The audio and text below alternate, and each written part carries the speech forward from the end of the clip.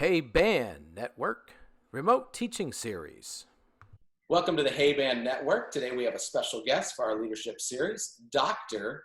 Cliff Croomes from the Louisiana State University. Welcome to the Hey Band Network, Cliff. Well, thank you so much for having me. It's an honor to be here, of course. You know, we go back, so I'm just glad to be asked. Awesome. So I'll tell your viewers a little bit. Cliff is now an assistant director of bands at LSU. Prior to that, Cliff taught in Texas at Westview Middle School, Pflugerville High School, Bastrop High School, MacArthur High School in San Antonio, and Georgetown High School in North Austin in Georgetown, Texas, and before traveling to LSU. So you've got a lot of Texas roots where a lot of these videos have been coming from and people we've interviewed. And so thanks for joining us. Absolutely. So tell us about where you're at now. You're at LSU. Monster band program, a pretty good football team that's national champion. So you got to do that process. So tell us about LSU and LSU Band. Well, Louisiana State University is a very unique place just because the state of Louisiana has like 30 colleges in the state, and it's, you know, not a very big state, but we are the flagship school there, land, sea, air grant, Research One University. I graduated with my master's and doctorate from LSU and then transitioned to be on the staff. The Tiger Marching Band, we just had our 125th anniversary in 2018. So a lot of rich tradition there. It's always fun to see the alumni come back and talk about their specific time with the program and all those things. The concert band side, we just played at CBDNA 2 years ago, and we premiered a Michael Dougherty piece that was with Gila Plittman, who is a beautiful singer. So we've been very fortunate with the experiences that we've had over the past few years in my tenure there. With the LSU band and the marching band side of things, what all is included? How big is that? What's included in that program? So the marching band is 325 strong. We are fortunate enough to where each student receives a service award every year that they're in the band. So if you're in the band, you automatically get a scholarship just for making the band program. You know, we've got the fortunate, or we have the fortune of being able to provide the students with NFL stadium experience every year because of the prowess of the team. You know, we were fortunate enough to play in the Superdome, NRG Stadium, and travel to all the SEC stadiums around this part of the country. We take the full band to 2 trips plus a bowl game. Well, this year it turned out 2 trips plus really 3 bowl games, you know, and then we take pep bands on all the rest of the away games. Saturday night in Death Valley is something that cannot be understated.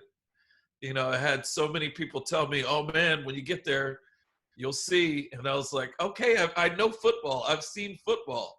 And then I was just floored. I was like, okay, now I really do see what's going on. And the band program, actually, you know, I did my undergrad at University of Texas. The band program here is revered by the students and the fans in a way that I've never seen. You know, it's like the students walk around and they're like, oh, you're in the band. That's awesome. You know, and then of course there's, you guys should play neck, and that's our whole thing there. So, but no, it's a great place to be, a great place to teach band. And the students, we have students from all over, from California to Tokyo. So it's really an international situation, which we're very proud of. And what about the concert? You mentioned the band played at CBDNA. How many concert ensembles are there for students to be a part of? We have 3 concert ensembles. We're just about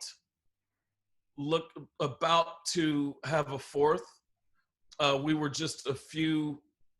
The instrumentation didn't work right to have the 4th, so we had a really big 3rd band this year. But we've got 3 performing ensembles plus a graduate chamber ensemble, which, I did not do a lot of chamber music in undergrad. So, that whole thing has just opened my mind up to just masterpieces of the literature that I otherwise wouldn't have known about. And for all the people listening, your primary instrument when you were a student or performer was? Oh, I was a percussionist. And, I at the point when I was studying, I thought I was pretty good. And I see what's happening with percussion education now from like the 6th grade beginner level up through high school. And these guys are monsters. And the teaching right now is at an all-time high. So I kind of had to jump out of the game because I couldn't hang anymore. And now you're at LSU, which is Right. awesome. Really, really cool. So as we all know, key to any program at any level is the staff that you work around. So Dr. Croomes, tell us who else is on the band staff and works with the LSU bands. We're really fortunate, actually. We've got some very, very smart people working with us. Our leader, director of bands, is Dr. Damon Talley, and he is in his 7th year at LSU. In his background, he studied at University of Texas, University of Michigan, and he was at Shenandoah University previous to coming to LSU. And our other assistant director is Dr. Kelvin Jones, and he's also a product of LSU and Jackson State University from Jackson, Mississippi. Just one of the best people, drill writers, just he's a jack of all trades. So, I'm lucky to call him, mentor, colleague, brother, all of that stuff. And we're welcoming another faculty member, Dr. Simon Holowaiko from Michigan State University. So he'll be joining us coming up in the fall. We're looking forward to having him. So, not only was I granted full-time position, we actually added another position. So we're looking forward to working with him. One unique thing about LSU is we've got an instrument repair technician on staff. His name is Steve Coivisto. He's also, he's a professional clarinet player. So he also teaches, and I took instrument repair tech from him and learned unbelievable amount. And our other staff member, her name is Cara Duplanche, and she's our business manager. She keeps everything running. So we're lucky to have all of them.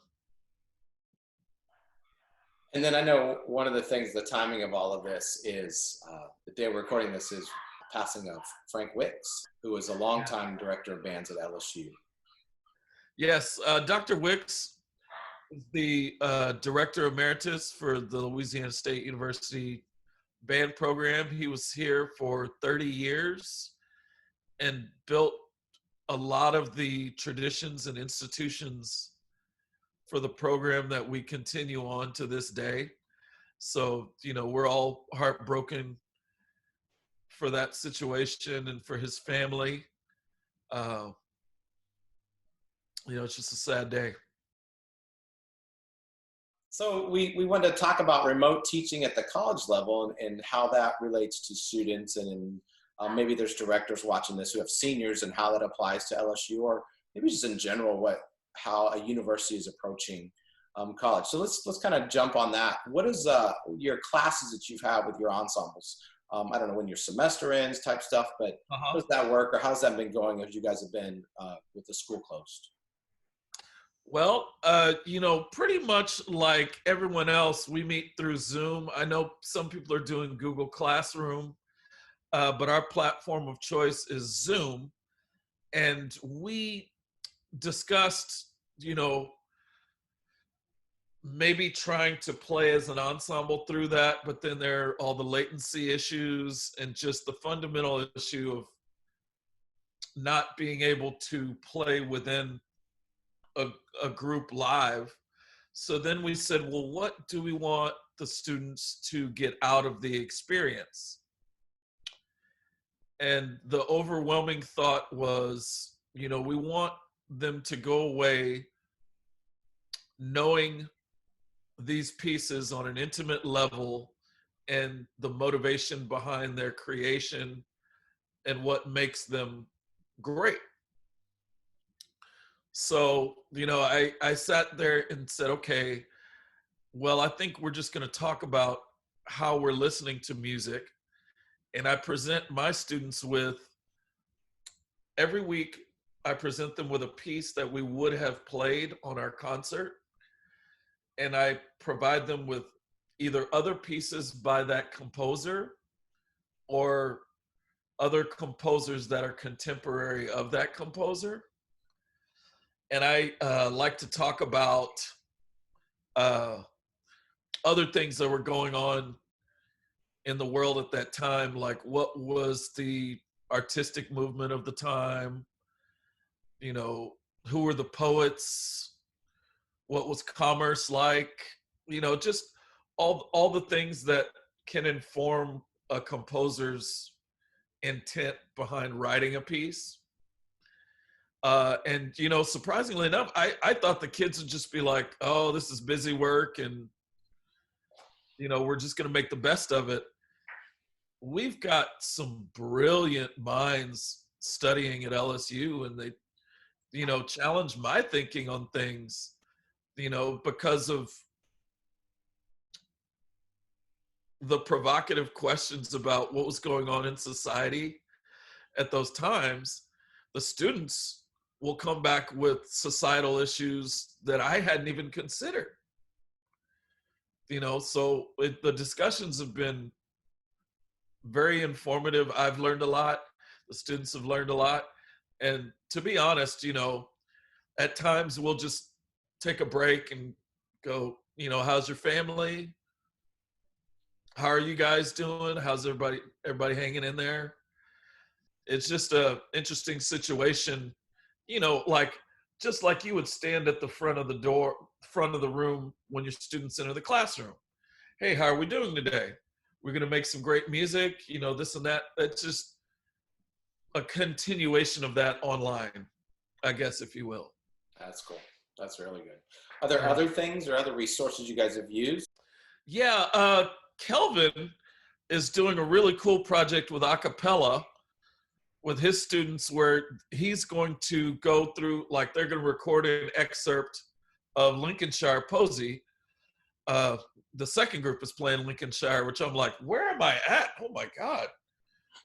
So, he's going to take little pieces of that, and he's giving them recording assignments. And with a cappella, he puts it all together and makes a nice little performance. And I've not seen it yet, but I know the level of talent in that group. And, if his editing skills are on point, then it should be really good.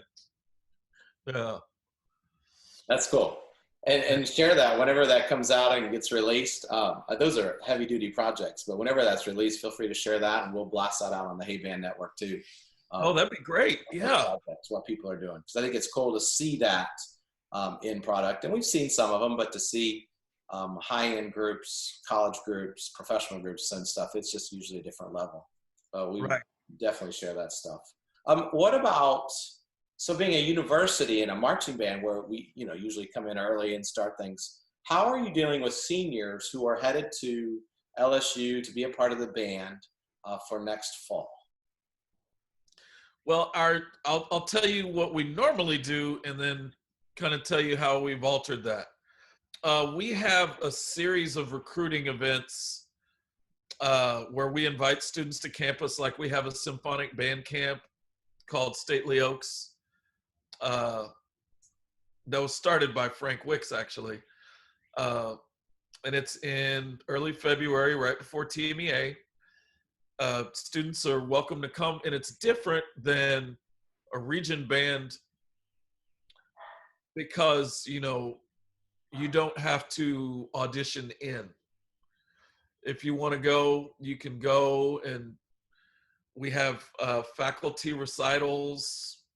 They get to do side-by-sides with the wind ensemble, and they get to work with everybody on the band staff. So that's one of our major recruiting events.